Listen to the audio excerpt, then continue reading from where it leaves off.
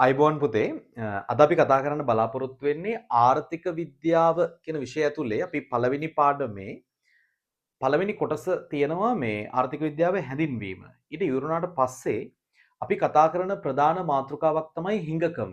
මේක ගොඩක් දරුවෝ ආර්ථික විද්‍යාව හදාරනවා නම් එයාලා දන්නවා හිඟකම. මේ හිඟකම කියන ප්‍රශ්නය එහෙම නැත්නම් හිඟකම කියන මාතෘකාව මූලික කරගෙන තමයි ආර්ථික විද්‍යාව විෂය නිර්මාණය වෙන්නේ. එතකොට මේ හිඟකම හේතු කොටගෙන තමයි අර ආර්ථික විද්‍යාව විකාශනය ඊට පස්සේ ආර්ථික විද්‍යාවත් එක්ක මොනවද අධ්‍යයනය කරන්නේ මේ සියලුම දේ මේ ලෝකයේ සියලුම දේම රඳාපවතින්නේ එහෙම නැත්නම් මේ සියලුම දේම සිද්ධ වෙන්නේ මේ හිඟකම කියන ප්‍රශ්නය මූලික කරගෙන. එහෙනම් අපි දැනගන්න ඕනේ හිඟකම කියන්නේ මොකක්ද කියලා. මම කියලා දෙන්නම් මෙහෙම. සරලව තේරුම් ගන්න හිඟකම කියන වචනේ අපිට නිකන් එකපාරම ඔලුවට දැනෙන්නේ නැතිකම වගේ අදහසක්. හිඟකම කියන වචනේ තේරුම මොකක්ද? නිකන් නැතිකම. ඔයාට නෑ නේද? නැතිකම වගේ අදහසක් තමයි මේකේ තියෙන්නේ. එතකොට මේ හිඟකම මොනවද නැත්තේ? අන්න ඒකතන ප්‍රශ්නයක් එනවනේ. හිඟකම කියන්නේ නිකන් නැතිකම වගේ අදහසක් දැනනවා. ඒතර මොනවද නැත්තේ? නැති දේ තමයි මෙන්න මෙහෙම දෙයක්. දැන් ඔයා දන්න දේනේ නැතිකම කියන වචනේ. එහෙනම් අපි ආර්ථික විද්‍යාවත් එක්ක සම්බන්ධ කරමු මෙහෙමයි.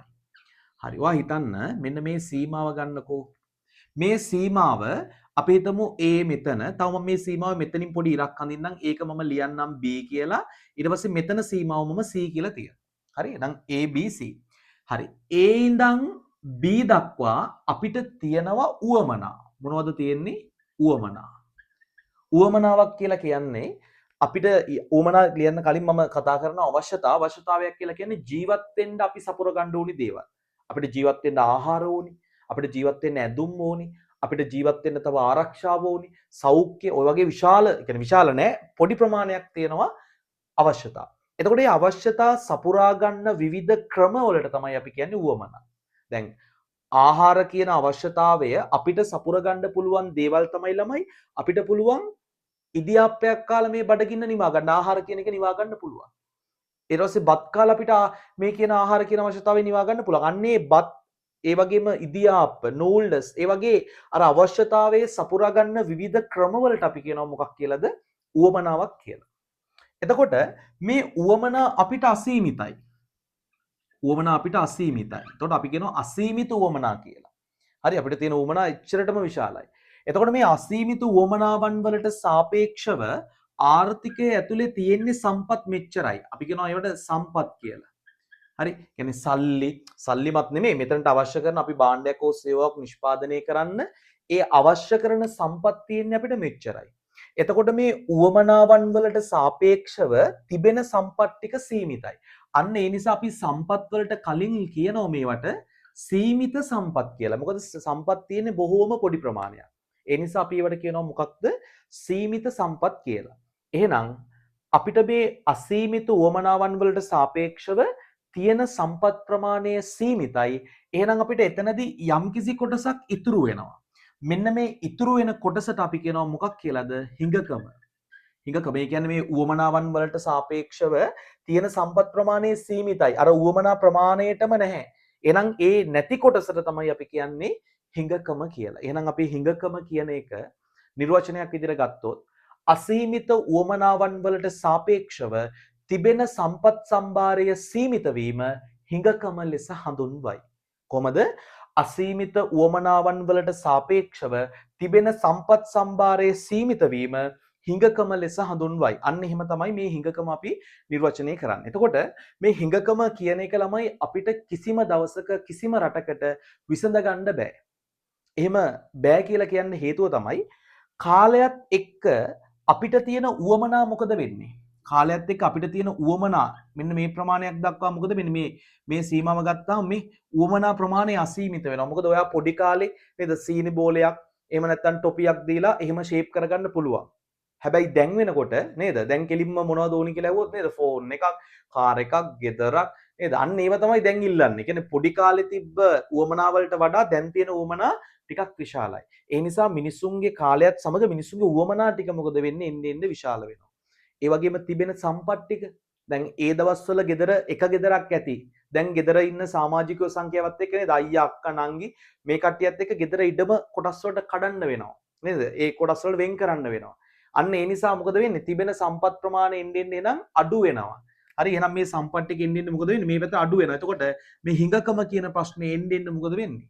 ලොකු ප්‍රශ්නයක් වෙනවා. ඒ නිසා අනාගතයට යන්න යන්න හිඟකම කියන එක වැඩි වෙනවා. මොකද ඒකට හේතුව තමයි මිනිසුන්ගේ ඕමන අසීමිත වෙනවා එන්න එන්න.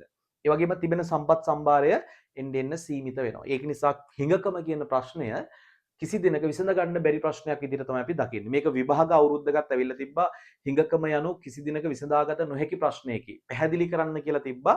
එතනදී ඒකට උත්තරේ විදිහට එන්න ඕනි. අර කාලයත් සමග මිනිස්සුන්ගේ වුවමනා ටික අසීමිතයි. තිබෙන සම්පත් සම්භාරය සීමිතයි.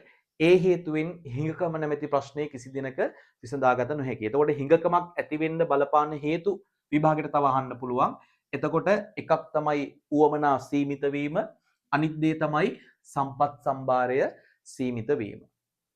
ඊට පස්සේ මේක අපි නිෂ්පාදන හැකියා මායිම් වක්‍රයක පෙන්නුවොත් ඒකත් අපි මෙතනම ඇදලා පෙන්නන්නම්. අපි හිතමු මේ x භාණ්ඩය මේ භාණ්ඩ කියලා නිෂ්පාදන හැකියා මායිම් වක්‍රවල ලියන්න ඕනි.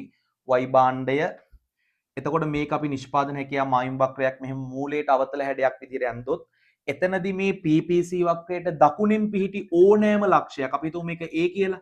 මේ ඕනෑම ලක්ෂයක් හිඟකම කියන ප්‍රශ්නේ තමයි පෙන්නන්නේ. එහෙනම් නිෂ්පාදන හැකියා මායිම් වක්‍රයට දකුණින් පිහිටි ඕනෑම ලක්ෂයක් අපිට හිඟකම නිරූපණය කරන ලක්ෂයක් විදිහට පෙන්වන්න පුළුවන්.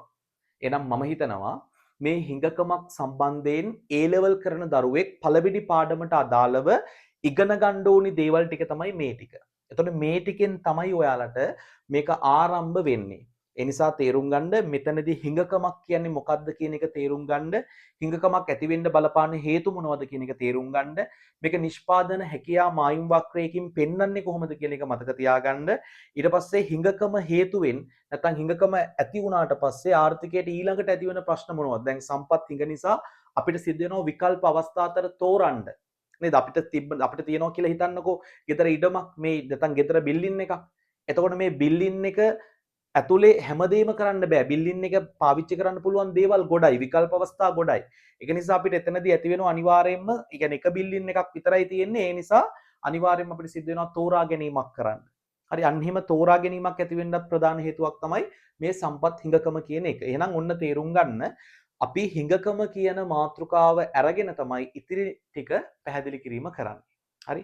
හරි අපි ඊළඟට තෝරා ගැනීම කියන්නේ මොකක්ද කියන එක කතා කරමු. දැන් මේක ඔයාලට